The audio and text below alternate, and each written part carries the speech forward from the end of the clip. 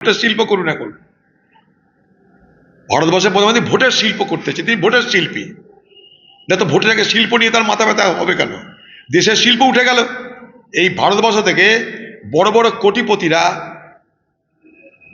বড় বড় যারা ধনবান ব্যক্তি, বড় বড় যারা কর্পোরেট হাউস, তারা এই দেশ থেকে বিজনেস অর্থাৎ ব্যবসার চাটি বাটি উঠিয়ে বাইরের দেশে চলে যাচ্ছে।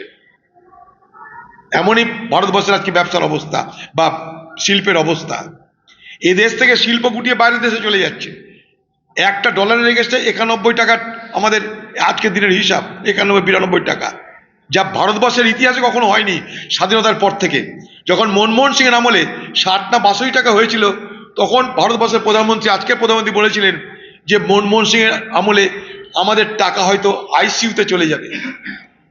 আমি তো বলছি আজকে সেই প্রধানমন্ত্রী নরেন্দ্র মোদীর আমলে ভারতবর্ষের টাকার মূল্য আইসিইউতে নয়, কোমাতে চলে গেছে।